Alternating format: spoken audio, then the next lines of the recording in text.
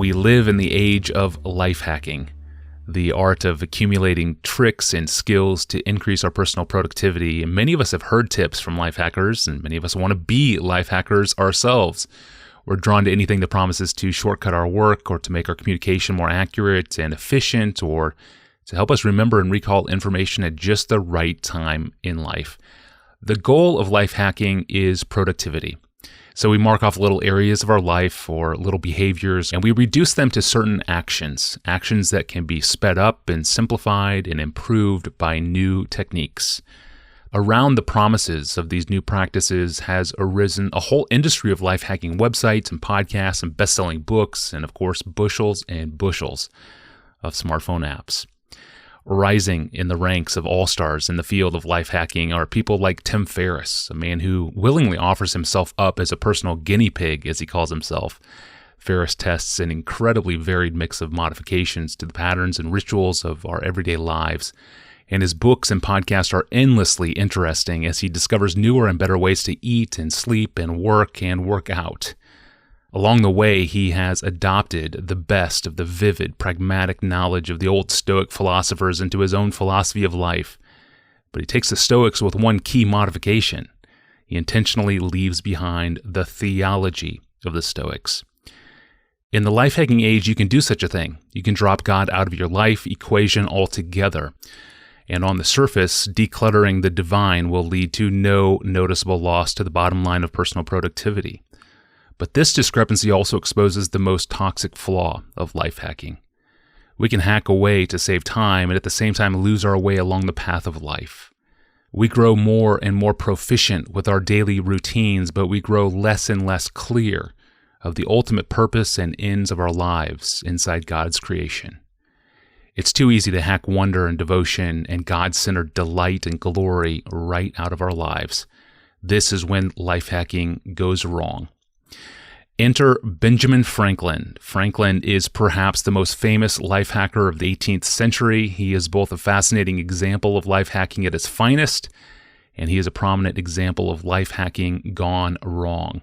To get the story, I connected with author and Baylor historian Tommy Kidd, who recently finished writing an excellent book titled Benjamin Franklin, The Religious Life of a Founding Father, which is due out in May of 2017 from Yale. Kidd is also the author of George Whitfield, America's Spiritual Founding Father, published by Yale in 2014, and more recently, American Colonial History, Clashing Cultures and Faiths, published by Yale this year. To begin our 45-minute conversation, I asked Kidd for a brief biographical overview of Benjamin Franklin's life and his accomplishments. Here's what he said. Well, he's really, truly a remarkable person. I mean, at so many levels. I mean, he's a great inventor and scientist. He is one of the great innovators in the printing industry. He's a critical diplomat for the American colonies and then the newly independent United States. And I think is rightly seen as a true American genius and world genius scientifically, and in all of his innovations along the lines of, maybe like an Einstein or a Steve Jobs in a more contemporary world. I knew all that going into writing this book, but I was sort of freshly blown away by what a Renaissance man he is. And I think is just gifted by God, I believe, uniquely with all these natural gifts to discover and innovate. He's just an incredible person, and because he lives for such a long time into his 80s, which in the 18th century is an awfully long time to live, he's able to do just amazing things coming out of a pretty humble background. So I really don't think that you can overstate the importance of Benjamin Franklin in American and in European history. No, certainly not. He is from a fairly humble background, in fact. Explain his rise in the world. How far low did he begin? How far up did he rise? Yeah, well, he grew up in a modest Puritan family in Boston. His father came to Boston in the late 17th century, and Ben Franklin is born in the early 1700s, and just tradespeople. regular folks in Boston, not elite at all. They did have some thoughts because they knew that Benjamin Franklin was brilliant. That was easy to see in him as a boy. And so they thought maybe they would send him to Harvard College. But Harvard was at that time in the early 1700s almost exclusively a school for training pastors. And I think his parents also started to realize maybe by his early teens that he was developing some skepticism about traditional faith. And I think that may have played a role in them scuttling the plans for him to go to Harvard. And so he had very limited formal education and didn't go to college, like many of the founding fathers in America never went to college. But that doesn't mean he wasn't educated. I mean, he was deeply educated and literate and a voracious reader. I think his parents certainly wanted him to read the Bible, and he did that a lot. One of the things we see about Franklin is that even though he had some skepticism about traditional Christian doctrine, it is not because he was ignorant about the Bible. He knew the Bible backwards and forwards, had learned it in his home growing up, and then just read everything he could get his hands on as a teenager and a young man. This is part of the reason why he went into the printing business, is because he liked the idea of being able to have access to a lot more books for free. Amen. Yes. And so that's how he became a printer's apprentice. First, he was apprenticed to his older brother in Boston, and then they had a falling out, and he ended up running away from his brother's print shop and going from Boston to Philadelphia. But in those years as a teenager, he actually was working as an indentured servant, which is a kind of a temporary slave, basically, in those days. So he had a pretty rough upbringing by our standards, even though he came from a very serious Christian family. That's pretty rough. So how unlikely is his story? It wasn't totally unprecedented, although Franklin's story is quite unusual, and I think it has to do with, again, his natural gifts, God-given gifts in entrepreneurship and invention. I think among the other founders, Alexander Hamilton has a little bit of a story like that, comes from a much more difficult family situation, born to unmarried parents in the Caribbean. And then, a pastor and some other sponsors take an interest in Hamilton and manage for him to be able to go to King's College in New York City that later became Columbia. So I mean, if you make the right contacts and you're able to work hard and depend on your innate brilliance, I think that story, at least among whites, I mean, it's very, very difficult if you're African American or Native American to make those kind of advances in that period. But I mean, America, they talk about America and especially Pennsylvania as being the best poor man's country in the 18th century. And I think there is a little bit more of an opportunity for social advancements because you don't have that entrenched aristocracy in America the same way you do, for instance, in England.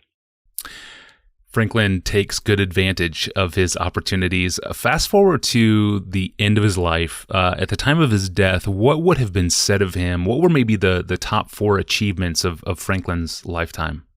I think his innovations as a printer.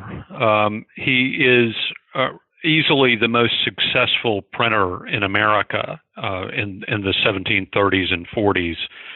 So much so that he's able to retire from printing very early because he's made a fortune. Then his scientific experiments, in particular his experiments in electricity and the nature of lightning. He's most famous for this experiment that he did where he flew a kite into a thunderstorm and was able to draw off an electrical charge from the electrified kite string. And that experiment is not only a part of, American scientific lore and so forth, but it really did draw international attention for him, so much so that he won the the Copley Medal from the Royal Society in England, which was kind of the equivalent of winning the Nobel Prize at the time. I mean, it was just a huge deal. So he really, I mean, as kind of a side project almost, he made these incredible scientific discoveries in electricity, and he got awarded an honorary doctorate from the University of St. Andrews in Scotland. And after that point, he was always called Dr. Franklin.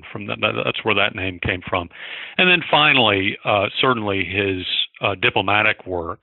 He spent most of the second half of his life either in England or in France as a diplomat. And the great success there was his negotiation of the Treaty of Paris in 1783, which brought an end to the American Revolution and granted the new American nation its independence on very favorable terms for the American nation. And in a lot of ways, I think the Treaty of Paris is still considered the greatest diplomatic achievement in all of American history. And he wasn't the only one working on that, but he was probably the lead diplomat for America. And so it's just stunning that any one person would have these kinds of accomplishments in a single lifetime. So Franklin grew up in a Puritan home. He was familiar with the Bible, but he lived in a time of hostile religious debate between Christians, a lot of infighting. Do you think this infighting soured him to the faith, or what impact did it have on him? He, like a lot of people who are influenced by what we broadly call the Enlightenment of the 18th century, believes that there are good things about religion and Christianity. But they have seen that as practiced, going back to certainly the Reformation, the wars of religion that were happening in the 16th, 17th, 18th century, often between Protestant and Catholic power, fighting within Puritan churches, Congregationalist and Presbyterian denominations, expulsions of pastors. He got involved in a very technical theological debate, public debate in the 1730s over a favorite pastor of his in Philadelphia who was being disciplined by the Presbyterian denomination over what Franklin thought were just some pointless theological issues. I think some other Christians might think that they were actually pretty important, but he focused on, why can't we just live out Christianity and Christ's teachings on ethics and morality and the Beatitudes and so forth, and set aside or de-emphasize these doctrinal disputes about issues like justification and the atonement and that whether we should require assent to the Westminster Confession of Faith and these kind of things. He just grew up with these kind of controversies, and I think for some good reasons got tired of it and wondered whether you could have a much more ethically focused kind of Christianity that was much less doctrinal.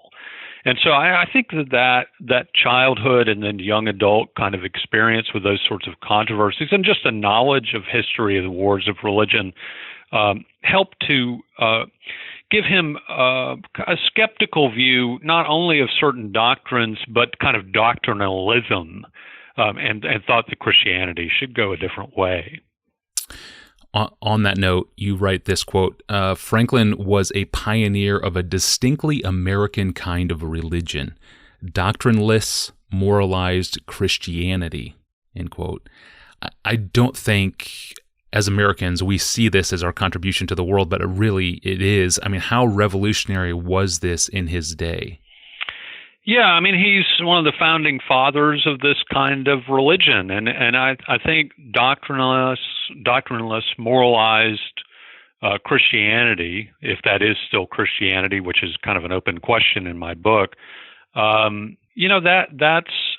it's such a common kind of belief system. I mean, it's not quite a formal religion necessarily for a lot of people, but the folks who have followed everybody from Dale Carnegie, to go back a while, to Stephen Covey with 7 Habits of Highly Effective People, to Oprah, to Joel Osteen, to even contemporary kind of podcasters like Tim Ferriss and so forth. I mean, this type of belief about your best life now, as Joel Osteen would put it, that the point is to live the kind of life that God or your higher power or whatever wants you to live right now, and it doesn't really matter that much how you get there in terms of what you believe.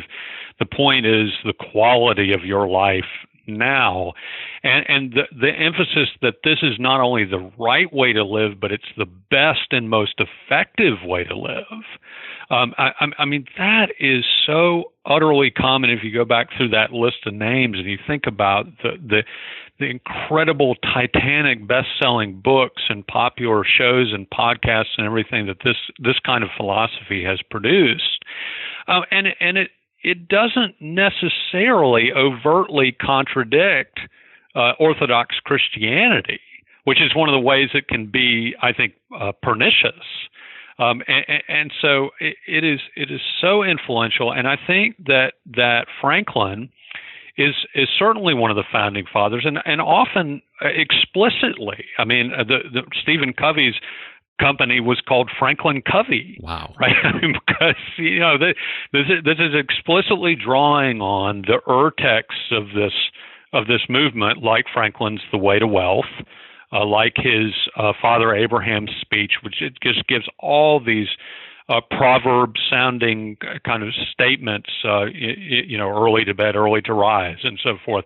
No pains, no gains. I mean, you can't even believe some of these things that came from Franklin. And so it's extraordinarily important in terms of American religion, world religion, but because it's so pervasive, it's like the air we breathe. We almost don't notice it because it's this kind of belief system is so pervasive. Yeah, that's amazing. For Franklin, it seems almost as if for him the chief end of man is to be productive and to live virtuously. Would you agree with that sort of overview? Yeah, I think that's right. To be benevolent. To be generous, to be virtuous. And I think he did think that probably, I do say probably, that there would be a future judgment by God of our works. Mm-hmm. And so he thought that it's the happiest way to live, it's the most effective way to live, and that in the end we'll be rewarded by God for our good deeds. And so this, of course, is turning away from the legacy of Puritanism that would have understood that we can't do any good deeds without regeneration and this kind of thing. But I think that Franklin here again is saying, let's take everything about the ethics and virtue taught by Christianity, taught by Jesus, and not worry about what he saw as the divisive doctrine. So yes, I think, the chief end of man is to live a virtuous life. And he might even sort of say, oh, okay, fine, if you want to say, and please God in doing that, he might have been willing even to add that. Yeah, virtue was huge in colonial America, of course. How would you compare Franklin's list of virtues with the list of resolutions that was written by Jonathan Edwards? I mean, these are two different guys setting out to achieve virtue, but with very different worldviews. How would you compare Franklin's list of virtues with Edwards' resolutions? Yeah, I think that Franklin's idea is very much a virtue born out of effort and discipline, and that is very much directed towards the only way that Franklin would say that we know to love God in this life is to do good to people. And I mean, again, there are shades of differences here. I mean, you get some things like that out of the Gospels about, doing unto the least of these and so forth. I mean, that I mean, those kind of teachings. It's just that someone like Edwards or George Whitfield, Franklin's longtime friend, would say you're not understanding that the greatest good is love of God, and that our capability for good comes out of regeneration. I mean, so Whitfield and Edwards would say this kind of man-centered good that doesn't require any kind of transforming power from God might look good from a worldly perspective, but because of our sin, our best efforts in this life without any assistance from God is just filthy rags. And so, I think that Franklin just simply didn't buy that. I think he thought, well, you just do your best, and you try to be sincere and disciplined and go after virtue, and God will understand that we fall short. And so I think Edwards and Whitfield would have said, bottom line, what you're missing is the new birth in Christ, and the understanding that because of our sin, God cannot accept us on the basis of just a lot of effort. It's no secret that Franklin loved prostitutes. It's a reality. I mean, he was not an angel. How do you think he processed his own lack of virtue? Well, I think it is easy to see in retrospect, and Franklin knew this too, that virtue that only depends on your own effort, I think is going to be necessarily limited in its success. I mean, that kind of philosophy. And so when he went to London as a young man, he and some of his friends there really kind of went wild. It took in all that London had to offer in those days, and he really sowed his wild oats. And even Franklin came to realize, I think pretty clearly, that he couldn't go on this way. I mean, he was running up debts. He was worried about venereal disease. We don't know who the mother of his child William, his son William, was, but some people think it may have been a prostitute. And so he realized that he needed to get his act together. And so when he came back to America, he sort of put together the system of moral resolution that was going to be his guide, he said, for the rest of his life. The problem is that, when you see him come up against temptation, especially in relationships with women, later in life, in middle age and going on into amazingly old age, he had a series of relationships that were certainly inappropriate with other women for Franklin as a married man by then.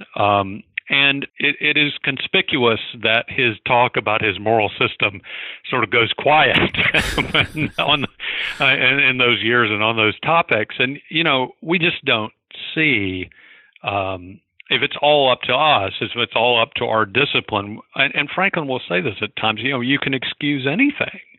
Now, having said all that, I do want to caution that it's not as if, and Christians who are listening know this very well, it's not as if being in Christ sort of solves all your problems with regard to sin or eliminates all your blind spots.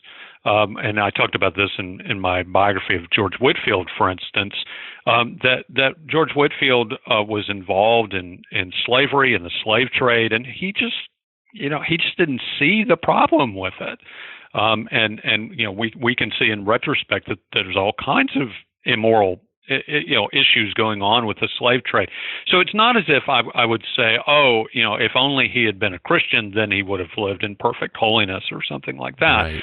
But it is, I think, pretty conspicuous how limited this moral code is when, for instance, it doesn't stop you. It doesn't even really seem to raise questions for him about the propriety of this series of relationships he has with married women, women who are much, much younger than him.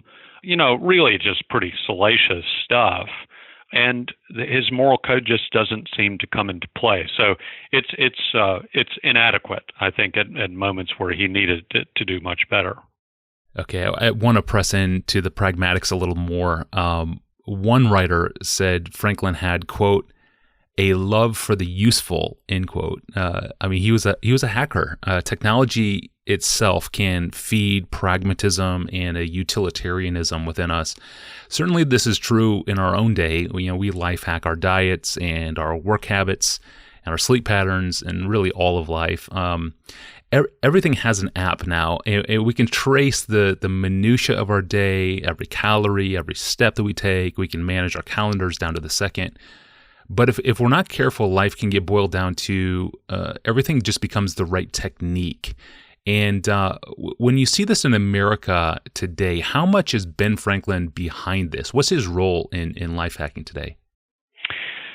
Well, he thought that a life that is maximally effective to do good is another way to put it about what his life goal was. And so he wanted to be successful in useful fields. And so he would discipline himself in terms of use of time. He was focused on diet.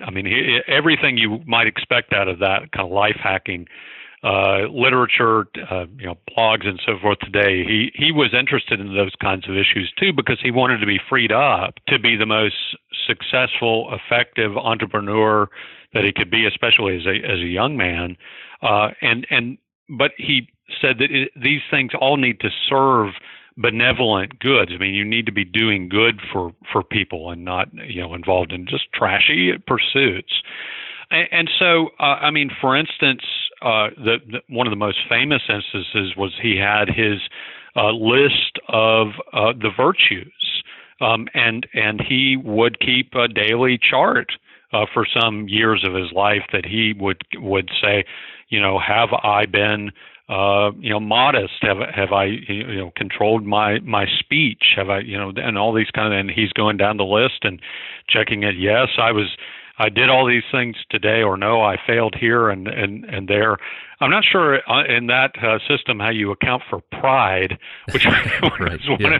Because it seems to me that if you're checking off all the boxes about how well you've done, that may undermine the pride issue. But anyway, he would try to systematize all these things and say, I can count up how well I'm doing and the expectations I hold for myself. And so tracking it, measuring it, he again is a pioneer on all those kind of life hacking things. But I think the difference for him is that he knew that all these things were supposed to at least feed into virtue. I'm not sure that all of our life hacking folks, podcasts, bloggers, and everything today necessarily. It's often in the background, but because Franklin was so deeply familiar with the Christian virtues from his upbringing, that just came naturally to him, and he still felt, I think, obligated to live with responsibilities to that virtuous code, which he would readily admit he derived from Christianity. Yeah, that's really a key point, and it seems like he even tried to life hack the Christian life too. You write of Franklin this, quote, church attendance had its utility when rightly conducted. Church attendance had its utility when rightly conducted, end quote. How did the church become for Franklin a form of utility? Well, I think he thought that most people certainly needed religion, and for him, I don't think he would have said it had to be Christianity, but I think he would have conceded that Christianity was, maybe he would have said, the most sublime kind of religious code, system of ethics, that it's the best, but it's not necessarily an exclusive thing. But he would have said you need religion to give you a set of morals, a virtuous ideal.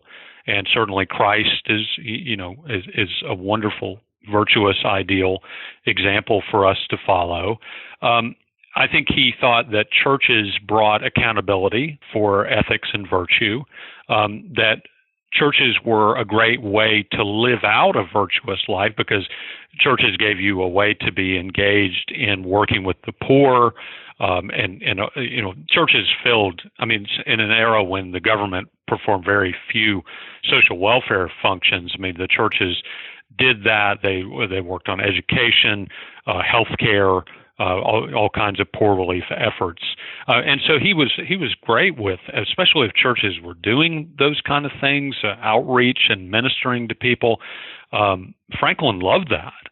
And this is actually part of the reason why I think Franklin admired George Whitfield, the great revivalist, so much, is that we forget that Whitfield was very well known in his time for his Bethesda orphanage in Georgia, which was the great charitable project of Whitfield's career. And Franklin gave money to the Bethesda orphanage and thought, yes, what we need are these great social experiments in taking care of the least of these, like orphans.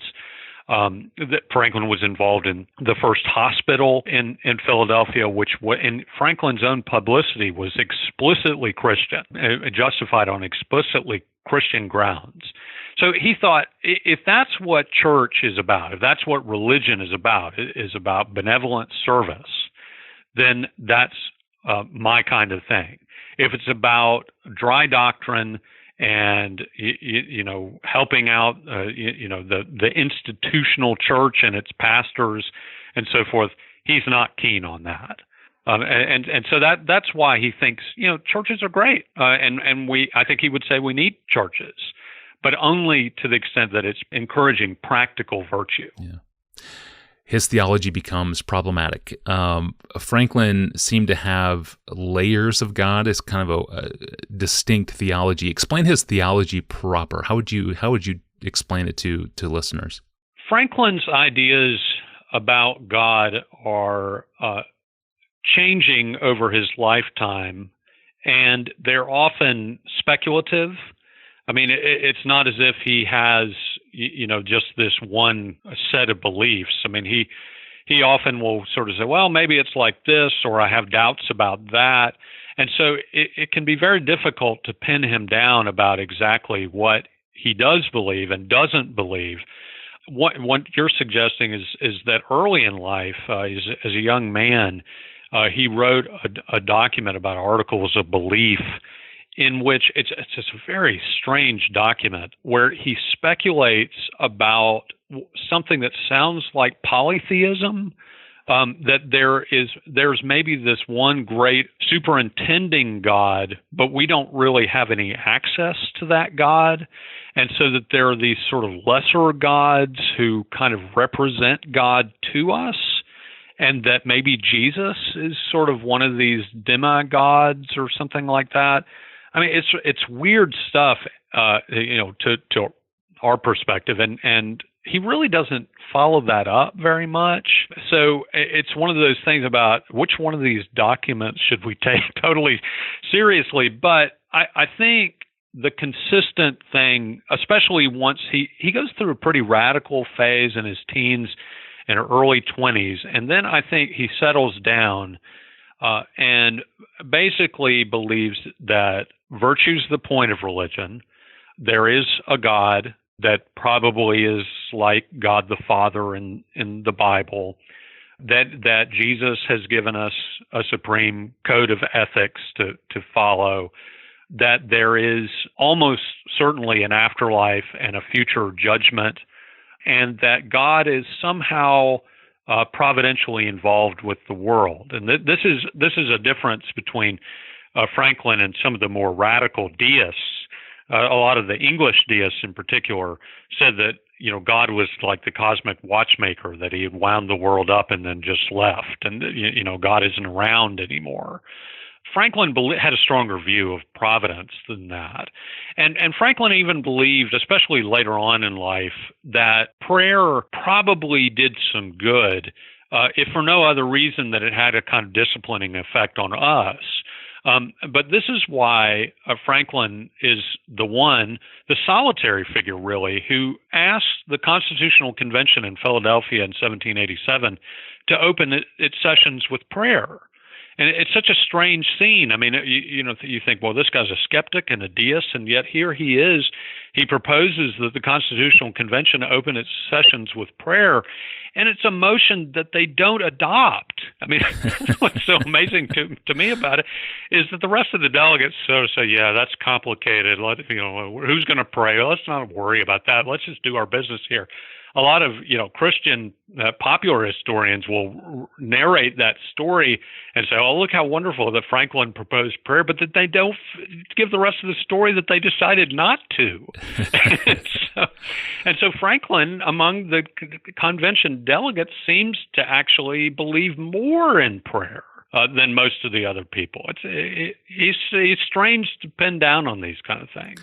It's an incredible scene, yeah, and you open the book with it. It's so vivid, and yet God still seems quite impersonal to him. It seems that Christ, the atoning God-man who shed his blood for sinners, who approaches and reaches us, and who makes a way for us to God, this Christ is really a stumbling block for Franklin, it seems. Yeah, I mean, the wonderful, if troubling thing about Franklin is that Ezra Stiles, who was the president of Yale, basically pinned Franklin down about 6 weeks before he died, and said, "Mr. Franklin, you've done so many wonderful things, but I don't know, Mr. Franklin, that I've ever heard you say what you think about Jesus." Stiles was, a sort of basically Orthodox Christian, and he was trying to see if he could get Franklin to make a profession of faith.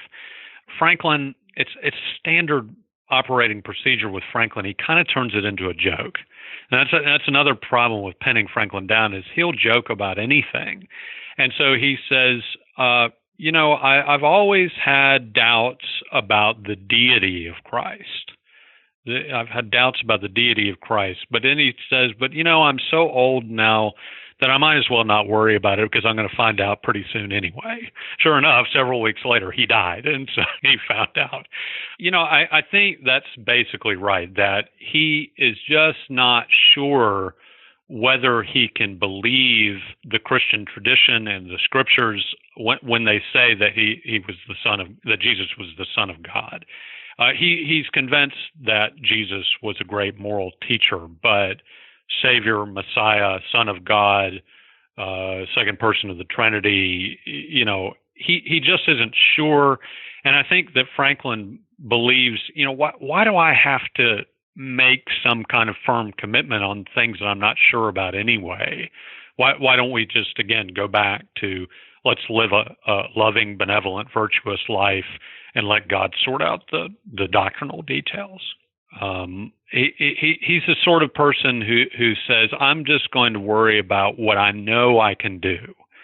And he does keep God, I think, at arm's length. I mean, there is this personal prayer guide a devotional guide that he writes for himself, in which he seems to indicate an understanding that God is to be worshipped. But even there, what he says that we know about God is only revealed in the natural world, the splendor and the mysteries of the universe.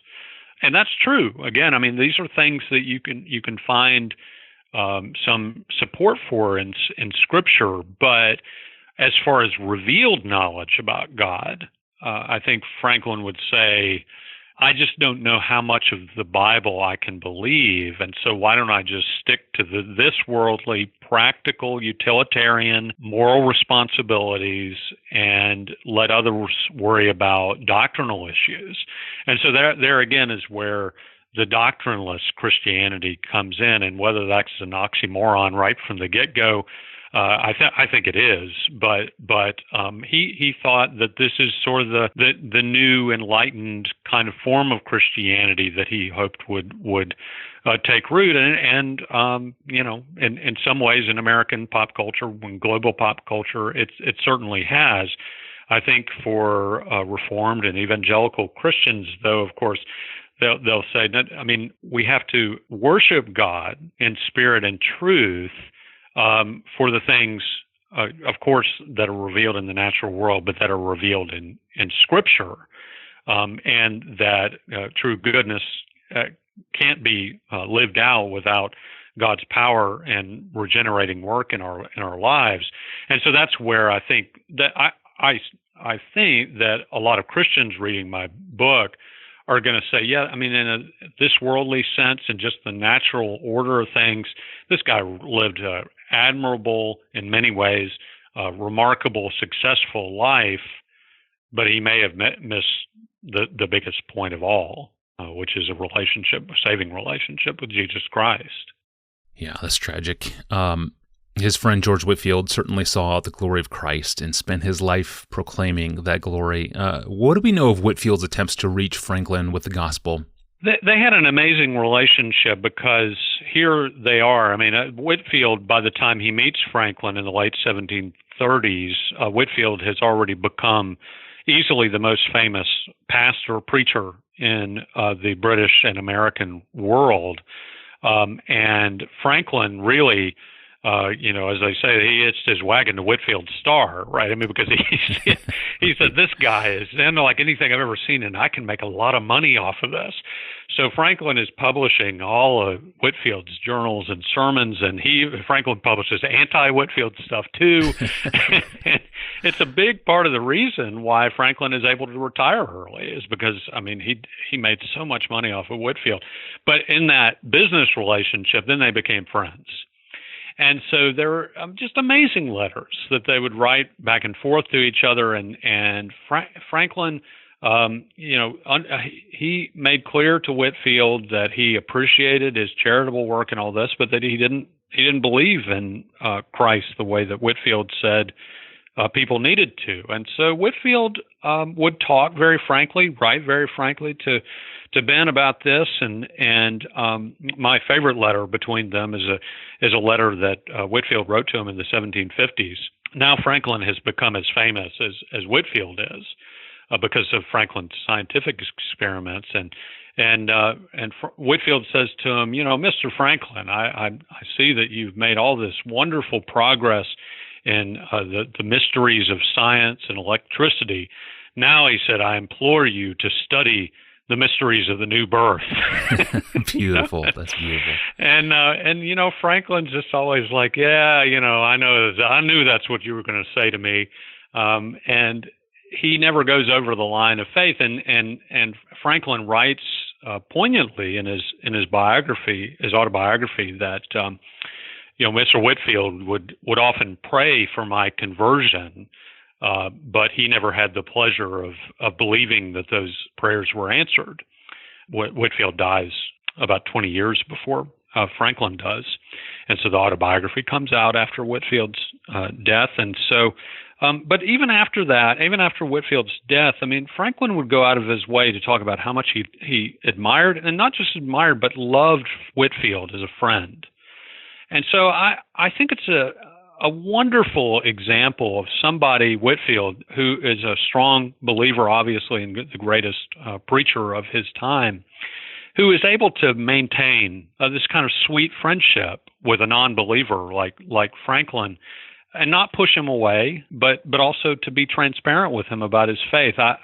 It really is convicting, I think, to me about to such famous, wonderful people who are not on the same page spiritually, but they're able to maintain that friendship. It's just a great example on Whitfield's part. Yeah, and very convicting, Dr. Kidd. It is always a pleasure. Whenever I need the latest celebrity gospel out of the 18th century, you deliver. You're like the TMZ of colonial America. I will receive that, yes. Okay. Oh, the man putting up with me today is author and Baylor University historian Tommy Kidd. We're talking about his excellent book, Benjamin Franklin, The Religious Life of a Founding Father, due out in May of 2017 from Yale. He's also the author of George Whitfield, America's Spiritual Founding Father, published by Yale in 2014, and more recently, American Colonial History, Clashing Cultures and Faiths, published this year by Yale. He is a readable historian that every Christian should be familiar with. Well, thanks for listening to this special long-form conversation in the Ask Pastor John podcast series. I'm your host, Tony Reinke, and I'll be back on Monday with John Piper, and I'll ask him, if we have died to sin, why must we kill our sin daily? We'll see you on Monday.